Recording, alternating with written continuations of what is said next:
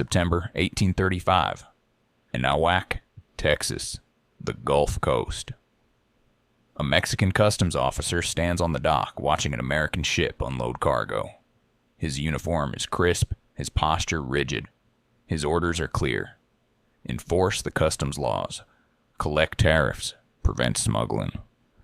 Across from him, a group of Texian settlers, Anglo-American colonists who've made this Mexican territory their home, watch with barely contained anger.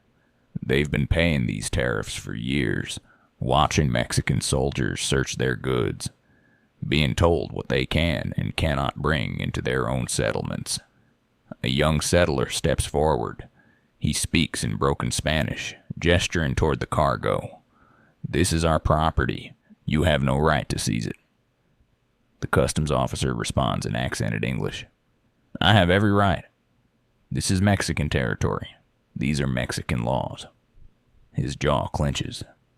Behind him, other settlers shift. Hands move toward belts where pistols hang. The Mexican soldiers notice.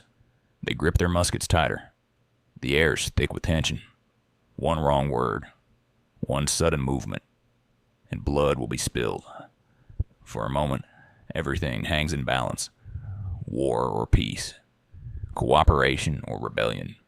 The future of Texas teetering on the edge of a single confrontation. The customs officer blinks first. He waves his hand. "Take your cargo, but this is the last time." He nods. The settlers load their goods, and everyone walks away. But the damage is done. The line has been drawn, and both sides know this can't last much longer. To understand how Texas reached this moment, how two peoples who once worked together became enemies on the brink of war, we have to go back to the beginning, to when Texas was Spanish, when Mexico was a dream, and when the future of an entire continent hung in the balance. 1810, Mexico City, New Spain. For 300 years, Spain had controlled Mexico. It was the crown jewel of the Spanish Empire, rich in silver, vast in territory, strategically vital. Spanish viceroys ruled from Mexico City. Spanish law governed millions. Spanish culture defined everything. But by 1810, that world was crumbling. Napoleon had invaded Spain. The Spanish crown was weak. And across Spanish America, revolutionary movements were rising.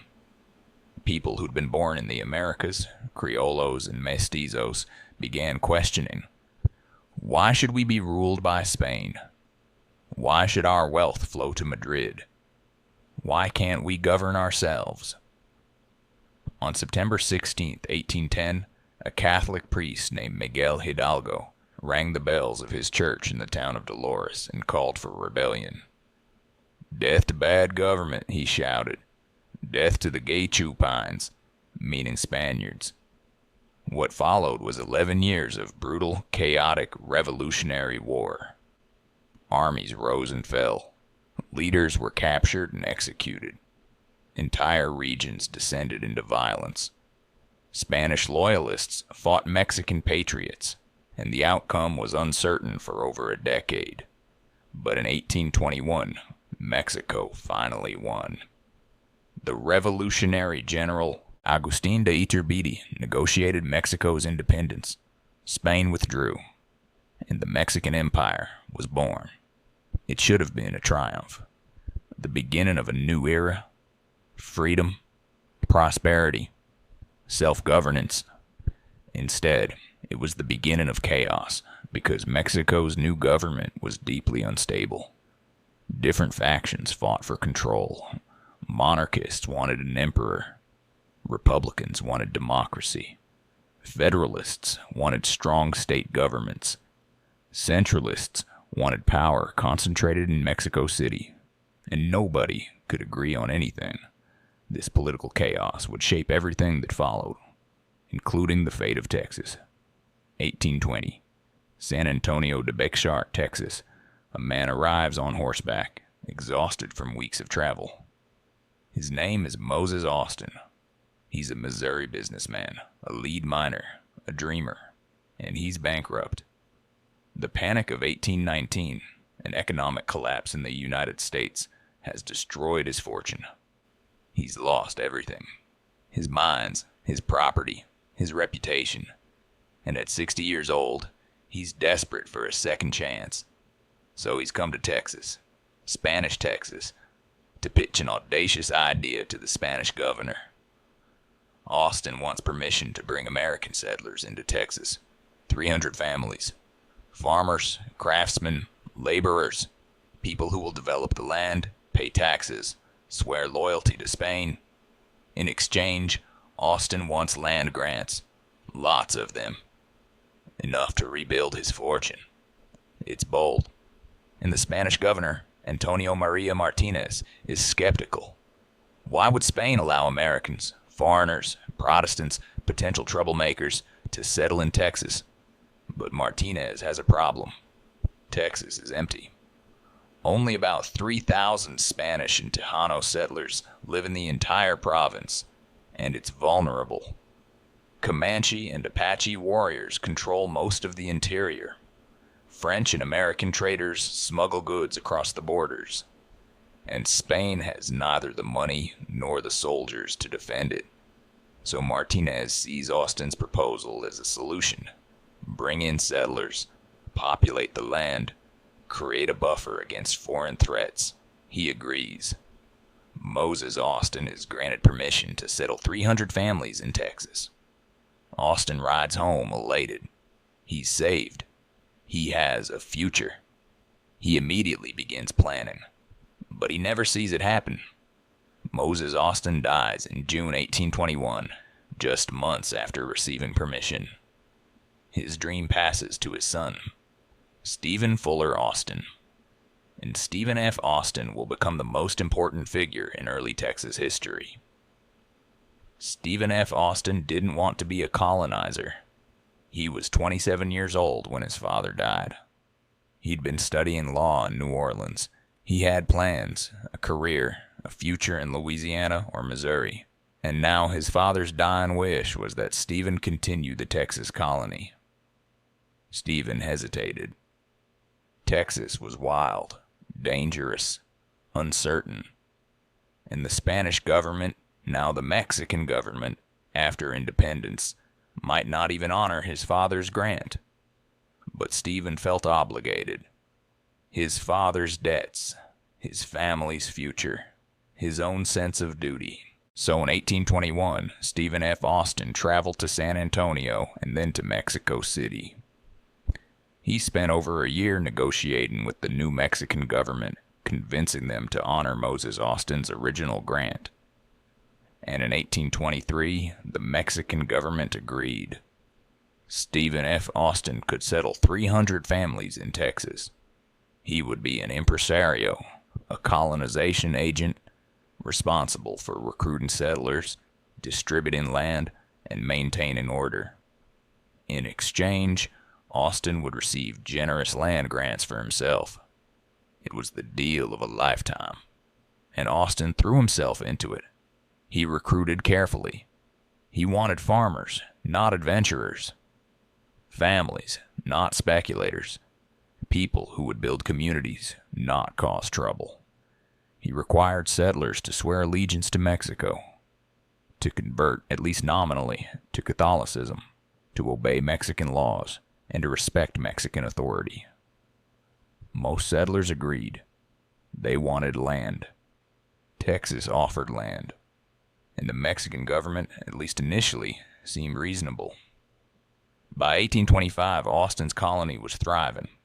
Hundreds of families had settled along the Brazos and Colorado rivers.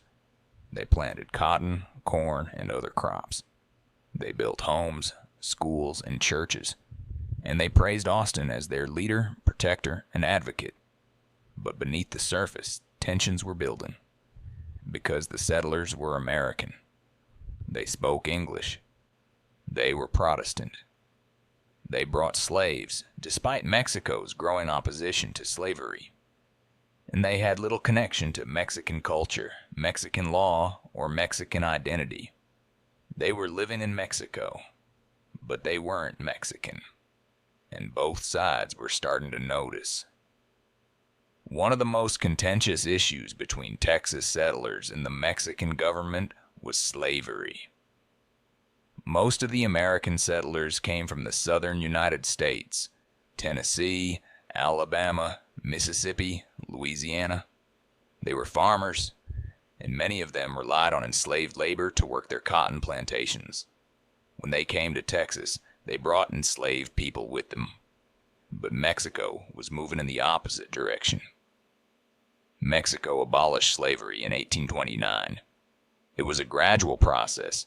Some regions had ended slavery earlier, but the national decree was clear. Slavery was illegal in Mexico. Except Coahuila, Texas was formally exempted, and Mexico City looked the other way, for now. Settlers could keep their slaves, at least temporarily, under the fiction that they were indentured servants rather than enslaved people. But it was a fragile arrangement, and Mexican officials increasingly questioned it. For the settlers, this was existential. Their economy, especially the cotton economy, depended on slave labor. Losing that labor would bankrupt them. For Mexican officials, it was a matter of principle. Mexico had fought for independence, partly to escape oppression. How could they tolerate slavery within their own borders? Stephen F. Austin found himself caught in the middle. He personally opposed slavery, or at least claimed to. But he knew his settlers demanded it, and he lobbied the Mexican government constantly to preserve the exemption. It worked. For a while. But it created resentment on both sides. Mexican officials saw the settlers as reactionary slaveholders clinging to an immoral institution. The settlers saw Mexican officials as interfering with their property rights, and trust, already fragile, began to erode. By the late 1820s, the Mexican government was growing alarmed. American settlers were pouring into Texas, tens of thousands of them. They vastly outnumbered the Tejano population, and they showed little interest in integrating into Mexican society. In 1828, the Mexican government sent General Manuel de Mir y Terán to inspect Texas and report on conditions. Terán's report was damning. He wrote, "The colonists murmur against the political disorganization of the frontier.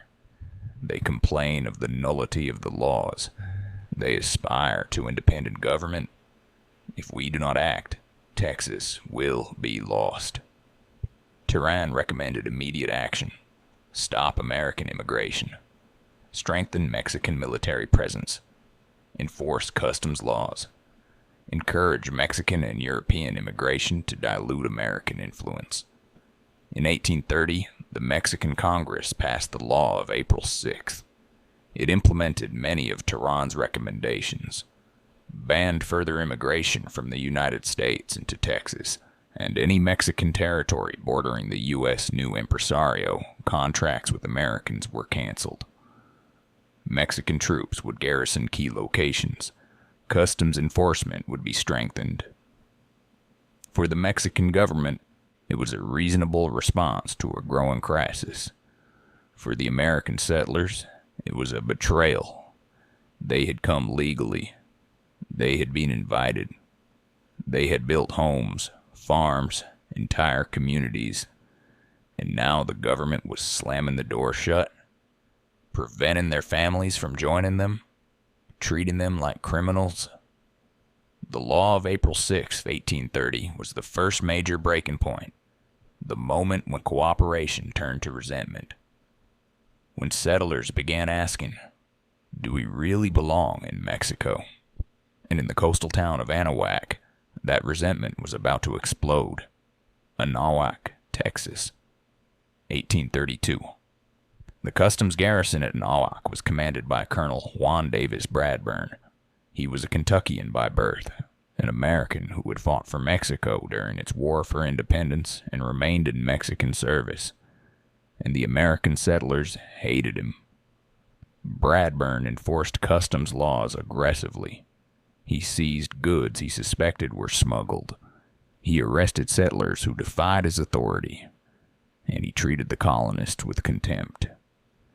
In May 1832, tensions reached a breaking point. Bradburn arrested 2 settlers, William Travis and Patrick Jack, accusing them of attempting to incite rebellion. He imprisoned them without trial. The settlers were outraged. A militia formed. They surrounded the garrison at Anahuac and demanded the prisoners' release. Bradburn refused. What followed was a tense standoff. The militia threatened violence. Bradburn threatened to execute the prisoners. And for days, the 2 sides faced off. Finally, Colonel José de las Piedras from Nacogdoches ordered Bradburn to release the prisoners. The prisoners were released. Bradburn was removed from command, and the crisis ended. But the damage was done. The settlers had defied Mexican authority. They had formed a militia. They had surrounded a Mexican garrison. It was, in effect, an armed rebellion. And across Texas, settlers noticed. They saw that defiance could work, that the Mexican government would back down if pressed. It was a dangerous lesson. While Texas settlers grew increasingly restless, Mexico's political situation was collapsing. In 1833, General Antonio Lopez de Santa Anna was elected president of Mexico. He served briefly, retired to his hacienda, then returned in 1835 to seize full power and dismantle the federalist system. He ran as a liberal and someone who promised reform and stability. But Santa Anna was a political chameleon. He had fought for Spain, then for Mexican independence. He had supported liberals, then conservatives. He believed in whatever kept him in power. And by 1835, Santa Anna had decided that Mexico needed a strong central government. Not federalism, with power divided among states, but centralism, with authority concentrated in Mexico City, in his hands. He dissolved the Constitution of 1824, the federalist document that had governed Mexico since independence. He replaced state legislatures with appointed governors. He centralized military control, and he crushed dissent. Across Mexico, states resisted, some violently. In Zacatecas, a state militia fought Santa Anna's army and lost. Santa Anna's troops sacked the city. Thousands died. The message was clear: obey or face destruction. For the people of Texas, both Tejanos and American settlers, this was a crisis. They had sworn loyalty to the Constitution of 1824. They had embraced federalism. They believed in local governance. And now Santa Anna was tearing it all down. Many Tejanos, Mexican citizens who had lived in Texas for generations, opposed Santa Anna as strongly as the American settlers. Leaders like Juan N. Seguin, Placido Benavides, and José Antonio Navarro saw Santa Anna's centralism as tyranny. They weren't fighting for American independence. They were fighting for Mexican federalism. But Santa Anna didn't see a difference. To him, resistance was rebellion, and rebellion would be crushed.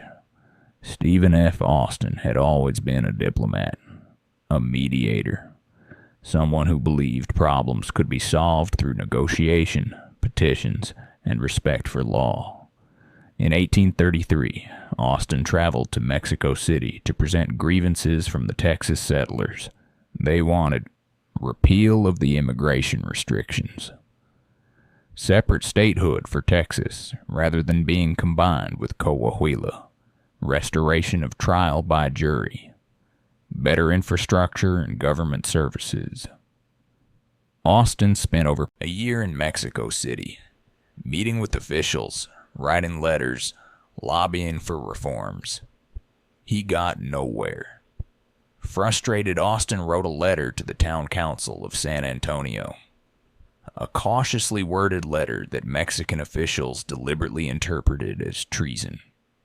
In it, he suggested that if the Mexican government wouldn't grant reforms, Texas should organize a separate state government on its own. It was a catastrophic mistake. Mexican authorities intercepted the letter. They arrested Austin in January 1834, held without trial for 18 months, first in prison, later under house arrest. Austin, the most loyal, the most diplomatic, the most pro-Mexico figure among the settlers, was now a prisoner. The message was clear. Even cooperation wouldn't protect you. Even loyalty wouldn't save you. When Austin was finally released in 1835 and returned to Texas, he was a changed man. He no longer believed in negotiation. He no longer trusted the Mexican government. And he told the settlers, prepare for war. By the summer of 1835, Texas was a powder keg. Santa Anna's centralist policies had alienated both Tejanos and American settlers. The Mexican military was being reinforced. Customs enforcement was tightening, and rumors spread that Santa Anna planned to disarm the colonists and expel troublemakers. In June 1835, another confrontation erupted at Anahuac. William Travis, the same man arrested 3 years earlier, led a militia that captured the Mexican garrison and forced the soldiers to leave. It was an act of open rebellion, and Mexican authorities demanded the culprits be handed over. Most Texas communities hesitated.